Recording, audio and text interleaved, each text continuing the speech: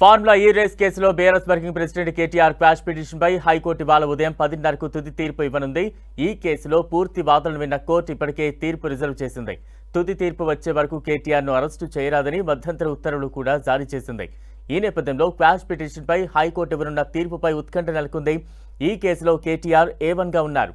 High court ఒకవేళ ఎఫ్ఐఆర్ను quash చేస్తే కేటీఆర్కు శాశ్వత ఊరట లభించినట్లవుతుంది. లేదంటే ఏసీబీ ఈడీ విచారణకు హాజరు కావాల్సి ఉంటుంది. మరోవైపు ఈ కేసులో ఈ నెల 9న విచారణకు హాజరు కావాలని కేటీఆర్కు ఏసీబీ తాజాగా మళ్లీ నోటీసులు ఇచ్చింది.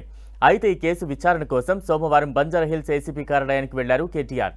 విచారణకు లాయర్ను అనుమతించబోమని పోలీసులు చెప్పడంతో కేటీఆర్ అక్కడి నుంచి వెనుతిరిగి వచ్చేశారు. ఇక ఈ కేసులో ఇవాళ ఈడీ కూడా కేటీఆర్ను విచారించాల్సి ఉన్నా అది వాయిదా పడింది. ఇవాళ కోర్టు తీర్పు నేపథ్యంలో విచారణకు రాలేనని, తనకు సమయం ఇవ్వాలని ఈడీకి విజ్ఞప్తి చేశారు కేటీఆర్. దీనికి ఈడీ కూడా ఓకే చెప్పింది. తదుపరి విచారణను త్వరలో వెల్లడిస్తామని తెలిపింది.